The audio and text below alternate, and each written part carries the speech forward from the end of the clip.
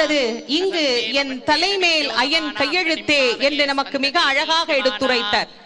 சரியில்லாத தலையெழுத்தை கூட ஒரு தெய்வத்தால் மாற்ற முடியும் என்று சொன்னால் அது நம்முடைய சொந்த கடவுளாம் கந்த கடவுளால் என்று நினைக்கிற போது நம்மை மெய்சிலிர்க்க வைக்கின்றது.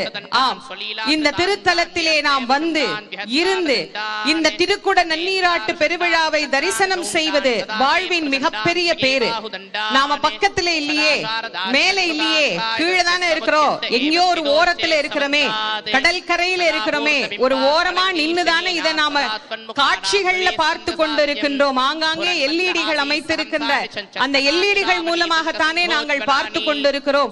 கோபுரம் மட்டும்தான் எங்களுக்கு தெரிகின்றது, மற்ற எதையும் எங்களால் பார்க்க முடியவில்லையே என்று வருத்தப்படாதீர்கள். நாம் முருகப்பெருமானை பார்க்க வேண்டும் என்று நினைத்து ஒரு அடி எடுத்து வைத்தால் நம்மை நோக்கி முருகப்பெருமான் 100 அடி எடுத்து